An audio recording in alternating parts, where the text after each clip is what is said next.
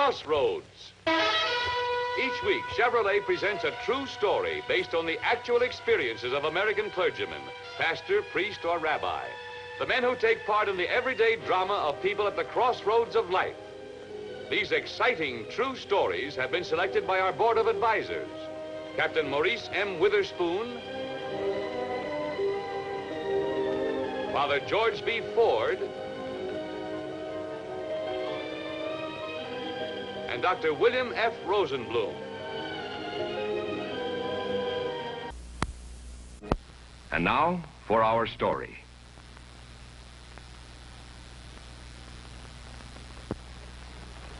"1886. A nation was moving westward, and into the Dakotas came the strongest and the most daring.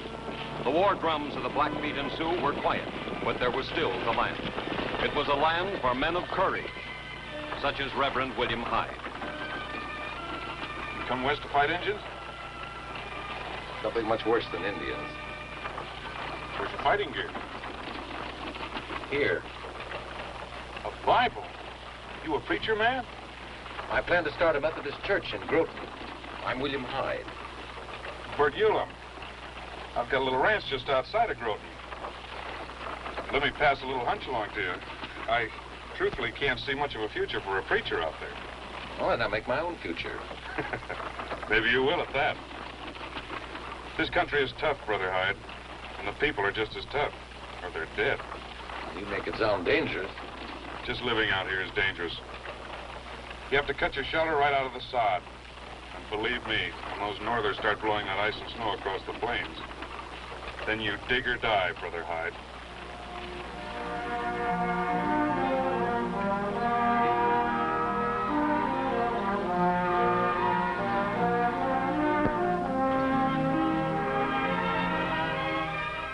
Charmed, Reverend Hyde. We certainly need churches in Groton. Of course, I won't be able to attend services for a spell, my husband being away.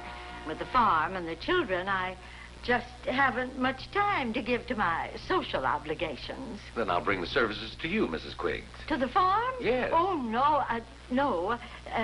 Well, it's not fixed up very nicely yet. I won't mind, and I'm sure God will understand.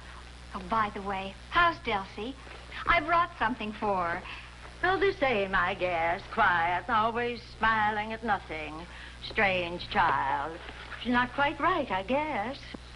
I made it for her. Dulcie doesn't need your charity, thank you. I only meant... If she wants a doll, I'll buy her one. A nice, fancy one. Good day, Reverend. Well, can you tie that? No, right. Why, Delsie's the sweetest kid in the Dakotas. All she needs is some love and... Easy, Molly.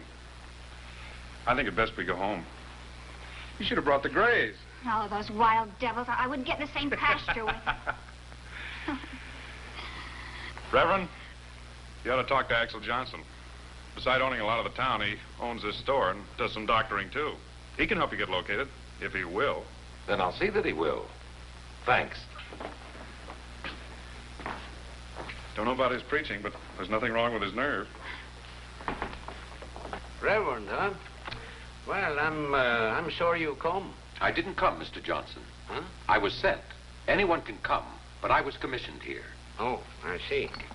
Well, it's a pretty rough town yet, busting out all over with growing pains. You figuring on building a church? Well, I have no money for that.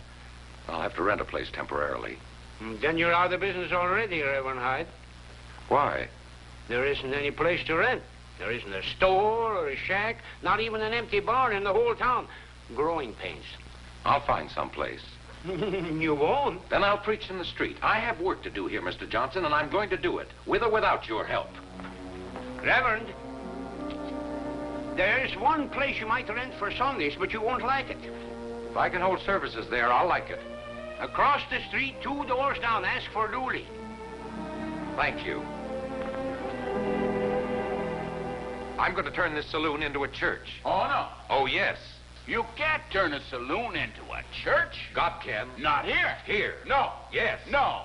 Look, Reverend, My place is closed on Sunday, sure, but Axel knows that I wouldn't rent this place for no church. He was just testing, I know. Mr. Dooley, I need a church, and if you won't rent to me, well, I'll just have to preach outside. Right outside. Oh, no. And every day. No, you wouldn't do... But I believe that you would. All right, Reverend, you win. Bless you, Mr. Dooley. But you know something? I've been on this frontier for 30 years. I'm still carrying lead from 10 gunfights and scars from at least a dozen more, and this is the first time that I was ever backed down and by a preacher. Now go on, get out of here. I got work to do. Thank you, Mr. Dooley. This man feel like drinking his own booze.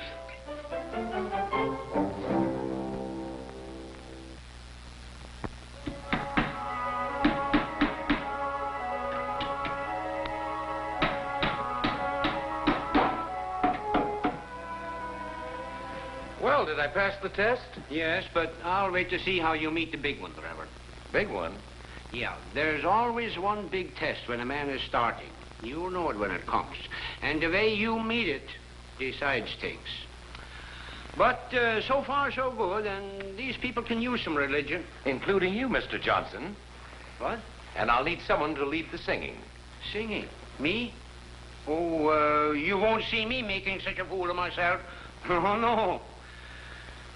Holy, holy, holy, Lord God Almighty, early in the morning our song shall rise to thee.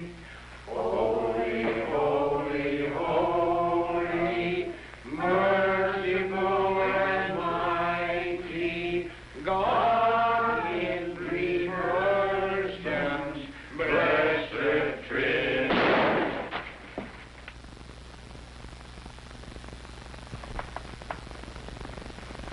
All right, you sinners, listen to me. I'm the devil's man, and I'm running this here meeting. Now, let's sing a happy song. Brother, put that gun down. This is God's house. This is a saloon. And I got a hankering for some saloon singing. Hey, you, Johnson, you lead it off. Make it good and loud, because I want to hear some bellering. No, we'll... Shut up, preacher. I'll tell you what. Johnson will lead the singing. And you'll do a little dance for us.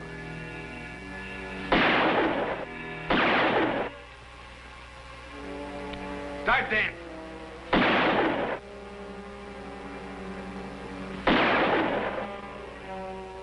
Court. You best play somewhere else. Stay out of this, Bert. Camp. I came in here for some preaching. I don't cotton to mix it with dancing and shooting. Don't press me, Bert. I'm warning.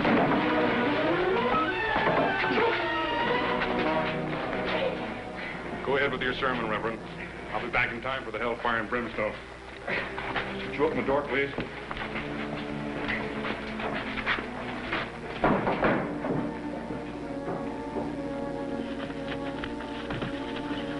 This is my first day as your minister.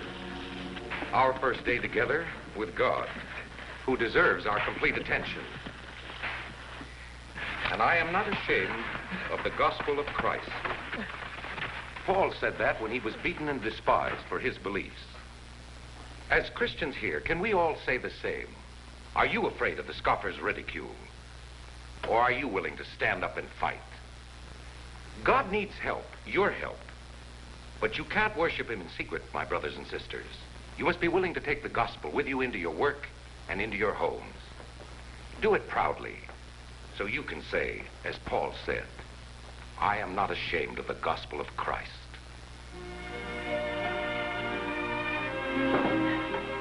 Well, I think my back is broken. Well, it'll only be once a week. Once, say, maybe you better have a church where the furniture stays put. Yeah, but there isn't any place. Well, I'll find one. I have to in self-defense. Thank you, Brother Johnson. I had faith that you could. Maybe you better call me Axel. I figure I'll be seeing a lot of you.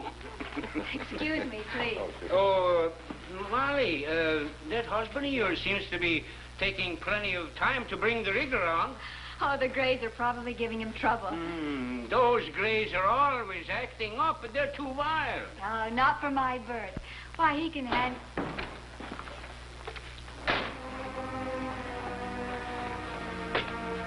Miss Yule, you best come down to the stable. Bert's had an accident. The harness is busted, and them horses they just took I better go and get my bag. No rush, Axel. That buckboard flipped over on him, and, well, he just ain't got no use for a doctor. And so we question not thy holy wisdom, but commend Bert into thy heavenly care. We pray, dear Lord, that thou wilt give us the understanding to accept our loss, the courage to overcome our tragedy, and the faith to continue our lives in thy holy service. Amen.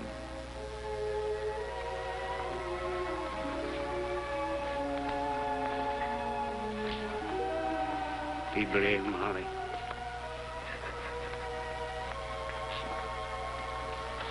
Bert, now there was a man to ride the river with.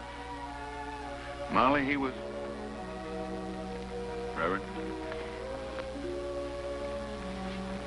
Molly, let me take you home. No. You and your talk of God. Well, I hate God, do you hear? Molly, you don't... I hate him. He took my Bert. Did he care how much I needed him? How it tears the heart and soul out of me just to sit in that sod shack alone.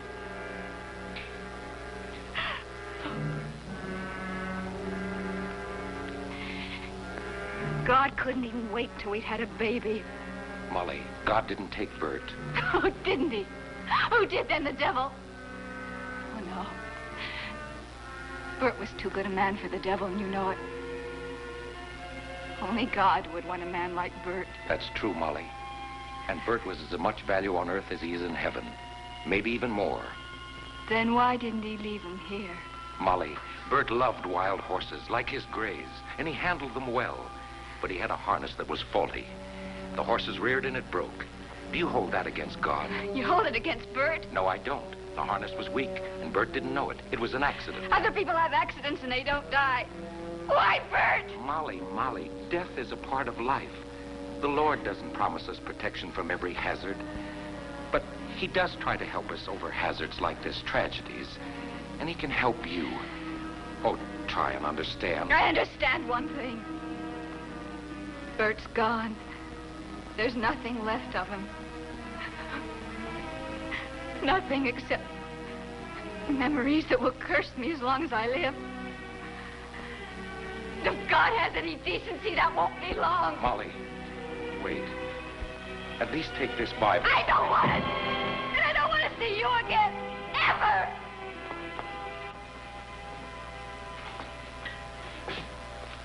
Well, I don't have to ask. No, Molly wouldn't even let me in the house. I tell you, I'm licked, Axel. When are you leaving? Leaving? But it's only Molly that's got me beaten. I'm not... Reverend, do you remember the story about the shepherd and the lost sheep? Of course, but... It wasn't taking care of those good sheep in the fold that made him a good shepherd. It was saving the one that strayed away.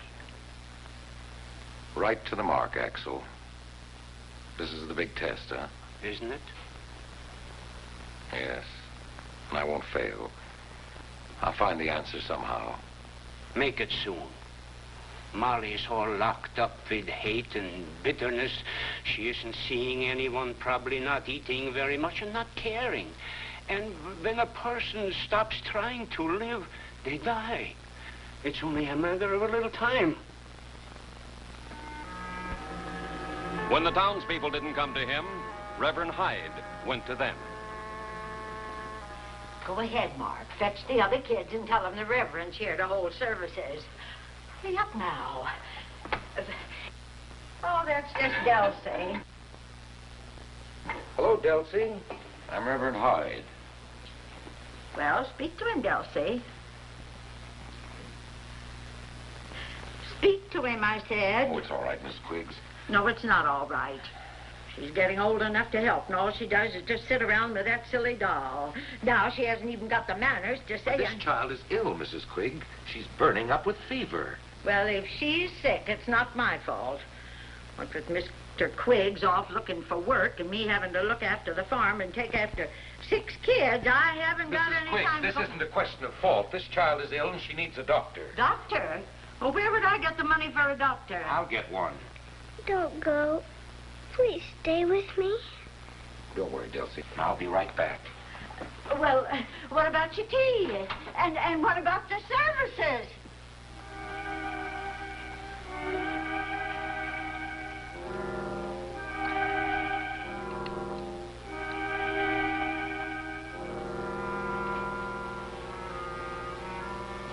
The kids are getting hungry.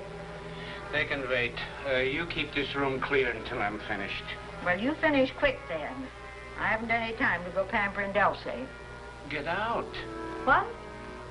I'll have you know this is my house. 'Twas him asked you to come here, not me. Out!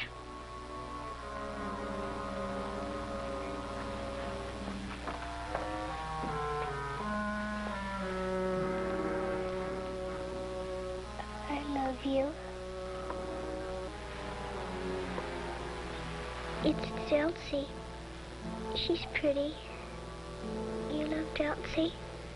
Yes, Delcy. I love you. No, you don't. You don't.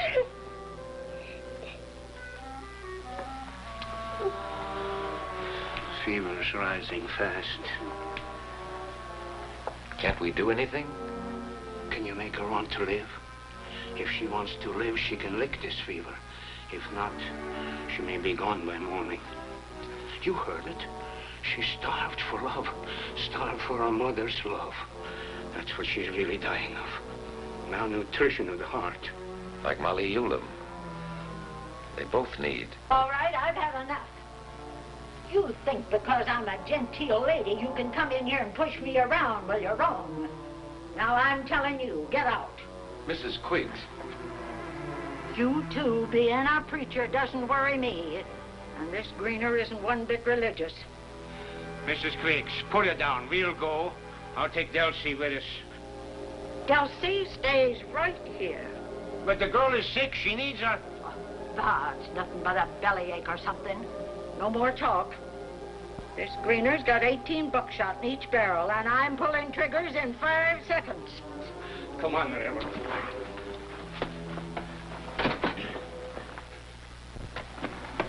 And don't you come back either. I'm choosy about my gentlemen callers.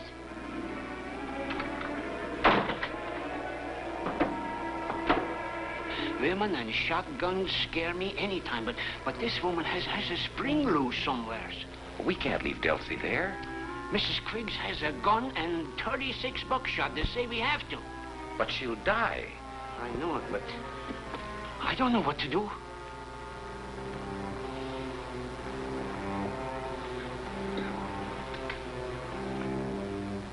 Axel, what if we could give Delcy a mother's love? You said it might help to break her fever. You can't fool a child. Delcy would know it was a fake. It wouldn't be a fake with Molly Eulum. She needs Delcy, and Delcy needs her.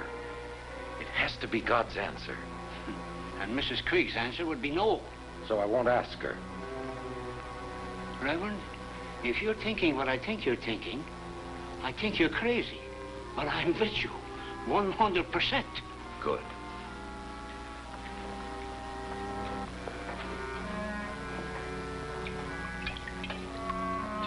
She's alone for a moment. Do you think you can distract her, get her into the back room for a minute? Well, I can try. Try hard. In that minute, I'll try to sneak Delcy out and take her away. Well, you take that Greener shotgun with you, too. She's liable to get a little mad when she finds Delcy gone. And I'm too old and stiff to outrun buckshot.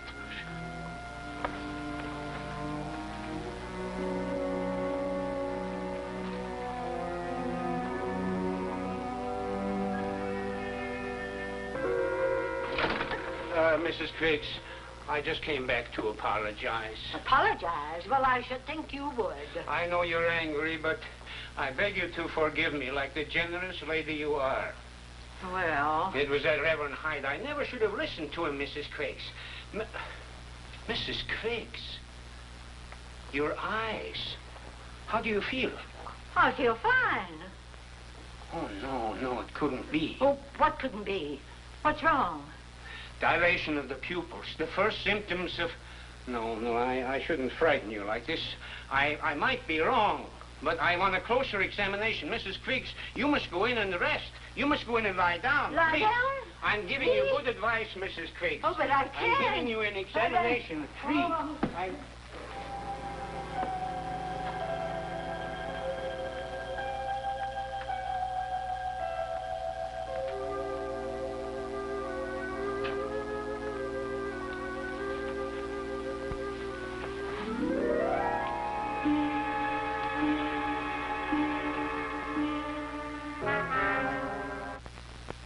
Take her back. She's not mine.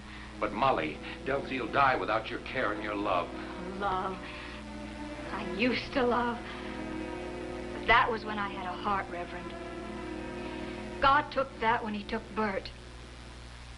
Now all I've got left is a big empty spot full of nothing.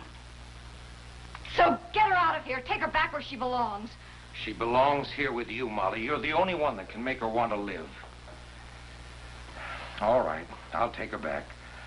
Only let her rest for a moment. I'll wait outside. I know you'd prefer that. There. No!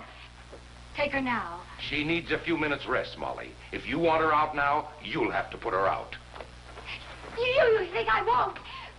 She's not my child. I don't know her a thing.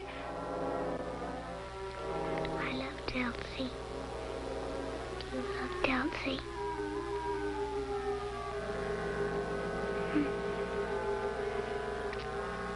Well, she at least hasn't put Delsie out yet.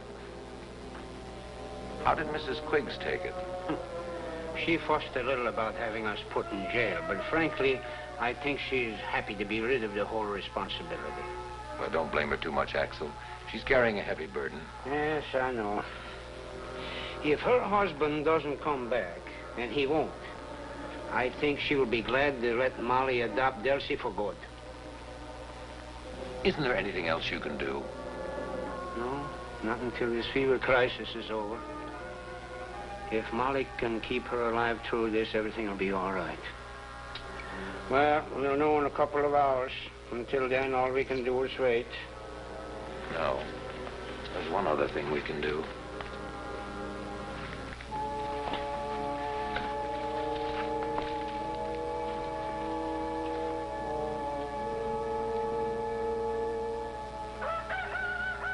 It's nearly dawn. It's past time, Reverend. I'm afraid...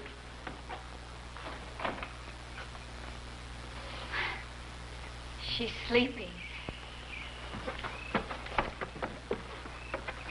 Reverend Hyde.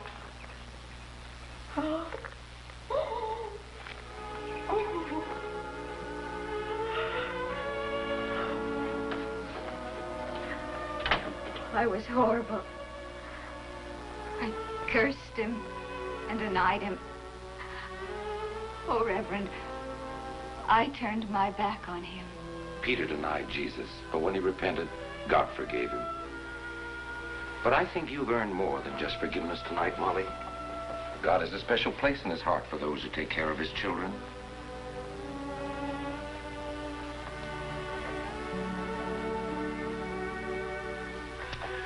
It's been a great test, Molly. And you met it fine. Well, Reverend, come on, let's go. It's been a long night. I'll see you tomorrow, Molly.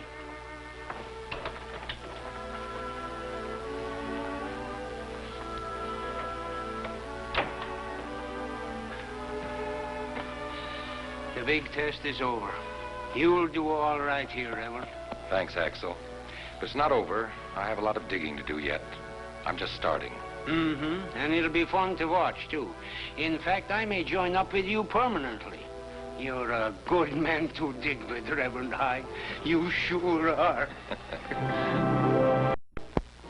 Stories for Crossroads are selected by our Board of Advisors, Captain Maurice M. Witherspoon, Father George B. Ford, and Dr. William F. Rosenblum.